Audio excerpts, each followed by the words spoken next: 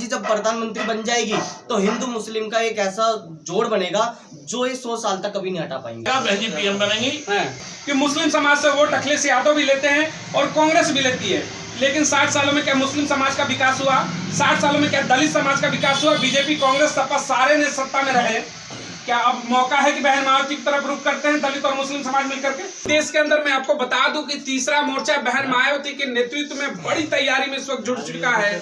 बड़ी खबर आ रही है इस वक्त की उत्तर प्रदेश से। जी हाँ, यूपी में बड़ा गठबंधन होने वाला है बहन मायावती का। इस गठबंधन के बाद यकीन मानिएगा कहीं ना कहीं भारतीय जनता पार्टी, कांग्रेस, सपा तमाम पार्टियों के पसीने छूटने वाले हैं। जी हाँ, AIMM चीफ अकबरुद्दीन ओवैसी की बात करूंगा। बड़ी खबर आ रही है कि ओवैसी की भी गठबंधन की बातें कंप्लीट होने वाली है मायावती के साथ। अगर यूपी में बड़ा गठबंधन होता है मायावती और ओवैसी का, तो दलित मुस्लिम समीकरण कहीं ना कहीं योगी और अखिलेश यादव के पसीने छुड़ाएंगे और राहुल गांधी का जो इंडिया गठबंधन है उसे भी धक्का लगने वाला है, क्योंकि बहन मायावती तीसरा मोर्चा प्रधानमंत्री के रूप में निखर कर सामने आ रही है।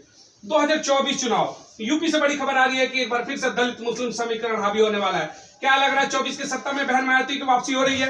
बिल्कुल, बहुत अच्छी तरह से वापसी होगी इस बार, क्योंकि देखिए बाकी जितने भी पार्टी है, हम लोग कहते हैं बीजेपी, कांग्रेस भी उससे कोई बेहतर नहीं है। कांग्रेस और बीजेपी दोनों सेम है। जो नीति कांग्रेस की है वो नीति बीजेपी की है। अब देखिए वोट का यहाँ समीकरण आता है, जो दलित मुस्लिम वोट है वो सबसे ज्यादा है। उसके बाद जो है आपको ये ओबीसी समाज आते हैं। दलित मुस्लिम का एक कर दीजिए, उससे नीचे ओबीसी समाज है। लेकिन कांग्रेस हो या बीजेपी हो या इंडिया गठबंधन हो या NDA गठबंधन हो, इनको दलितों का वोट चाहिए, मुस्लिमों का वोट चाहिए, लेकिन दलित मुस्लिम का नेता नहीं चाहिए। बड़ी बात बताइए, दलित मुस्लिम का नेता नहीं चाहिए। अब देखिए अभी जो इंडिया गठबंधन बना है, ना बहन जी को पूछ रहा है और ना ओवैसी को पूछ रहा है, क्योंकि ओवैसी मुस्लिम का लीडर है और बहन जी जो SC समाज का लीडर है। तो नेता को नहीं चाहिए, लेकिन वोट चाहिए। क्यों चाहिए भाई? अब हमें दलित मुस्लिम को करना पड़ेगा विचार कि मैं अपने जो नेता है हमारा, चाहे वो दलित समाज से हो या मुस्लिम समाज से हो, अपने नेता को जिताना पड़ेगा। क्योंकि जब अपना नेता बनेगा तभी हमारा आवाज भी सुनेगा लोग। क्योंकि आज इतना आंदोलन हो रहा है, जो SC ST पे इतने अत्याचार हो रहे हैं, मुसलमानों पे हो रहे हैं, कोई आवाज नहीं उठा रहा है। अगर SC का आवाज उठा रहा है तो बहन जी उठा रही है, अगर मुस्लिम का आवाज उठा रहा है तो वैसे उठा रहा है। लेकिन दोनों पार्टी को ये बीजेपी और कांग्रेस की NDA सरकार जो है वो नजरअंदाज। देखिए इन्होंने एक बड़ी चीज कहा कि भाई वर्तमान में अगर सत्ता की बात करते हैं तो केंद्र की सत्ता में वापस आने के लिए राहुल गांधी इंडिया गठबंधन बनाकर इस समय देश में घूम रहे हैं, जिसमें 28 दल है। वहीं NDA की बात करते हैं तो नरेंद्र मोदी के साथ भी 30 दल है। लेकिन सबसे बड़ी बात आ रही है कि बहुजन समाज देश की कहते हैं लगभग 35% की आबादी, लगभग 22% की मुस्लिम आबादी, यानी कि 50 का आंकड़ा पार, जादुई आंकड़ा जिसे कहते हैं केंद्र की सत्ता के लिए। लेकिन इंडिया गठबंधन में न मुस्लिम की भागीदारी है, ओवैसी के पार्टी को नहीं पूछा गया, ना ही दलित समाज की बहन मायावती को पूछा गया। यानी दलित और मुस्लिम को साइडलाइन करके और आप चाहेंगे कि सत्ता में वापसी हो, तो बड़ा सवाल उठता है। किस बात के आप कहते हैं कि हिंदू मुस्लिम कहते हैं कि भाई सबके हितैषी है, तो दलित और मुस्लिम के हितैषी कैसे हुए? अगर उनके नेता को भागीदारी क्यों नहीं देते? डर क्यों है मायावती से? मायावती से डर ये कि अगर एक बार सत्ता में दलित मुस्लिम समीकरण कामयाब हो गया अगर, तो इन लोगों की दाल नहीं गलेगी फिर। आज जो बीजेपी कहते हैं कि हमारा जो है 50 साल 40 साल हम सरकार रहेंगे, अगर दलित मुस्लिम का कॉम्बिनेशन काम कर गया, बहन जी और मायावती प्रधानमंत्री बन गए, तो ये 40 साल 30 साल हम कहते 100 साल तक कोई हटा नहीं सकता है इनको। अगर ये दोनों समीकरण काम कर गया तो यानी इसी बात का डर है कि दलित मुस्लिम एकता हो जाएगा, बहन जी प्रधानमंत्री बन जाएंगी, तो फिर हमें 100 साल तक कोई हटाने वाला नहीं होगा बहुजन समाज को। इसी डर से जो है सटाना नहीं चाह रही है। यानी सब कुछ करेंगे लेकिन सत्ता से दूर रखेंगे दलित मुस्लिम को। बिल्कुल सत्ता से दूर रखेंगे, वोटर बन के रहेंगे, वोटर बन के। वो चाहता है इसी वोटर बन के रहे। लेकिन अब समाज जाग रहा है, आहिस्ता आहिस्ता वोटर नहीं बनेगा। इस बार यूपी में वो बहुजन समाज पार्टी दिखा देगा कि भाई बहुजन समाज के लोग हम किसके साथ है, किसके साथ है। देखिए यूपी में कहते हैं भाई पिछड़ों की आबादी की बात करते हैं, अखिलेश यादव भी नेता है। सवाल सीधा है कि मुस्लिम समाज से वोट अखिलेश यादव भी लेते हैं और कांग्रेस भी लेती है, लेकिन 60 सालों में क्या मुस्लिम समाज का विकास हुआ? 60 सालों में क्या दलित समाज का विकास हुआ? बीजेपी, कांग्रेस, सपा सारे ने सत्ता में रहे। क्या अब मौका है कि बहन मायावती की तरफ रुख करते हैं दलित और मुस्लिम समाज मिलकर के? देखो सबसे बड़ी बात यह है कि कांग्रेस 70 साल राज करा कांग्रेस ने, फिर भी दलित और मुस्लिम का कोई भी भागीदारी, ना तो नेता है ना तो कोई बड़े पद पे है। अभी तक दलित समाज उसी लाइन पे चलता आ रहा है जिस लाइन पे पहले चलता आ रहा था। अब जाके जो बहन जी का मौका मिला है, बहन जी को मौका मिल सकता है, और हम चाहेंगे पूरे दिल से और जहाँ से भी कि बहन जी प्रधानमंत्री बने। जब बहन जी प्रधानमंत्री बनेंगी इस देश की, तो इस देश का विकास होगा, आदिवासियों का विकास होगा, पिछड़ों का विकास होगा, और जो कमजोर हैं, जो मजदूर हैं, उनका विकास होगा। सीधा सवाल है, देखिए दलित मुस्लिम समीकरण एक बड़ा वोट बैंक है। अखिलेश यादव भी चाहते हैं कि उस वोट बैंक पर फिर से डाका डाले, वो करते हैं पीडीए, पिछड़ा दलित मोर्चा का वो करते हैं। लेकिन सवाल एक उठता है, राज्यसभा जब भेजने की बात आई, अभी यूपी से जिस तरीके से 3 विधानसभा की सीटें गई समाजवादी पार्टी की तरफ से, उसमें एक भी मुस्लिम चेहरा नहीं था। आजम खान का आपको याद होगा, आजम खान से किस तरीके से उन्होंने किनारा कस लिया। उसी मैं बात करूंगा फिर से कि कांग्रेस पार्टी की, एक भी मुस्लिम चेहरा उनका राज्यसभा नहीं जाता है, तो ना मुस्लिम जाएगा ना दलित जाएगा, फिर भी लेकिन वोट चाहिए दोनों का। बहन जी ने तो देखो, जब बहन जी की सत्ता रही 4 साल, तो बहन जी ने मुस्लिम भी भेजा राज्यसभा में, और कितने सांसद हमारे राज्यसभा में रहे और विधानसभाओं में रहे।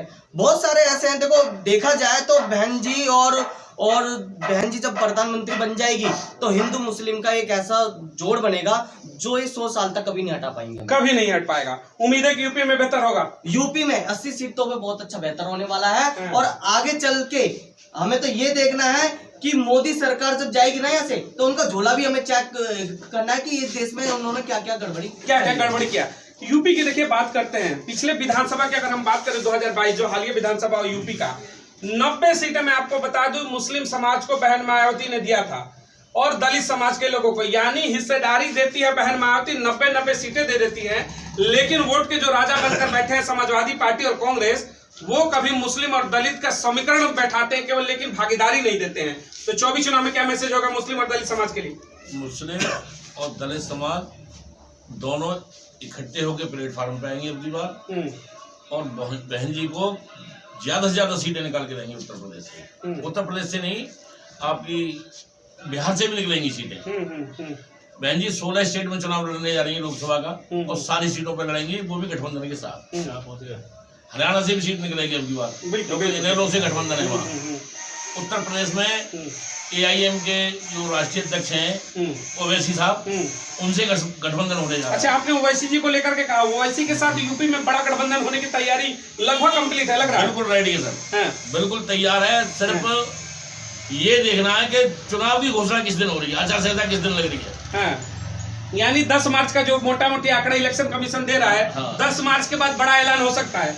10 तारीख को ऐलान होगा, और ये नारंगी गठबंधनों का डब्बा फट जाएगा उसी दिन रात को डब्बा फट जाएगा नारंगी गठबंधनों का, जो ये नागपुर से निकलते हैं सांप बन के। लग रहा है कि जो दलित मुस्लिम समीकरण आएगा, ओवैसी के आने से मुस्लिम समाज और बहन मायावती के साथ दलित समाज, ये दोनों समीकरण है कहीं ना कहीं नींद उड़ा देगा विपक्ष का।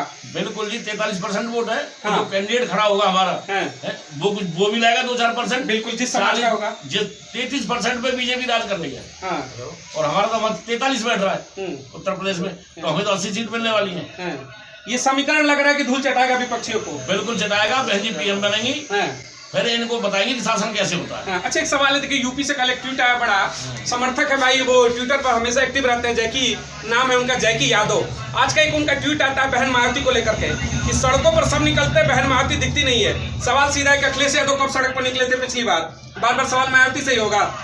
बहन जी जब सड़कों पे निकली थी, जब इस देश में सड़क थी नहीं, धूल उड़ती थी। इन्होंने बहन जी का संघर्ष देखा कहाँ है? बहन जी को तो एक इशारा करना है, भीड़ अपने आप सड़क पे आ जाएगी। बहन जी 60-65 साल की होगी, अब सड़क पे उतरती रहेंगी। हमारे जैसे बहुत बैठे सड़क पे उतरने वाले, नहीं बहन जी को नहीं उतरने देंगे। बहन जी क्यों उतरेंगी भाई? बहन जी बाकी नेता से सवाल क्यों नहीं होता? सवाल कभी अखिलेश यादव से हुआ? सवाल कभी जाकर के राहुल गांधी तमाम बड़े नेताओं से कि आप लड़िए ना, मायावती के सब टारगेट है, जब देखो तब मायावती। ये सारी पार्टियां दलित समाज को मायूस करना चाहती हैं एक तरीके से। ये ऐसे एजेंडे उठा के लाएंगे कि जिससे दलित समाज भ्रमित हो जाए। ये भ्रमित करने का काम करते हैं और कुछ नहीं करते। ये अखिलेश यादव कौन से रोडों पे घूम रहे हैं? 12 के बाद से कब कितनी बार रोड पे उतरे आप? एक राहुल गांधी अब आके उतरे थोड़ा सा पैदल यात्रा में, ये कौन से AC से बाहर आते हैं? यानी मायावती को टारगेट किया जाता है, जबरदस्ती करते हैं, काम करता है टारगेट दलित समाज को भ्रमित करने के लिए। भ्रमित करने के लिए, ये आपका कुछ नहीं है, हम करेंगे तुम्हारे, और ये करते कुछ नहीं।